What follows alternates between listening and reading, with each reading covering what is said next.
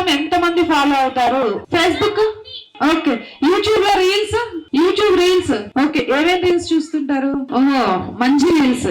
Tuitions కి వెళ్తారా? సరే, సూర్యకాంతం చూసి ఏం నేర్చుకున్నావు? రోజులో ఫోన్ అనేది పిల్లలకు అసలు అనవసరమైన విషయం. పుస్తకాలు చదవండి. ఎన్ని పుస్తకాలు చదివితే అంత మంచి వాళ్ళు అవుతారు. టెక్స్ట్ బుక్స్ కాదు నేను చదవమని చెప్పేది, మంచి మంచి కథలు.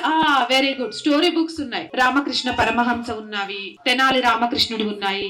కామెడీగా ఉంటాయి. కొత్త విషయాలను కూడా నేర్చుకోవచ్చు. మన ప్రతిరూపాలు పిల్లలు. మనం ఏం చేస్తే పిల్లలు అదే చేస్తూ ఉంటారు. ఎందుకంటే నేను చాలా చోట్లకి వెళ్ళినప్పుడు చాలా మంది పేరెంట్స్ చెప్తూ ఉంటారు, అమ్మా మా అబ్బాయికి 3 సంవత్సరాలు కానీ వాడు అన్నం తినాలంటే సెల్ ఫోన్ లో ఇగో ఈ పాట పెట్టాల్సిందే అని. అదంతా గర్వంగా ఎందుకు ఫీల్ అవుతారో పేరెంట్స్ నాకు తెలీదు.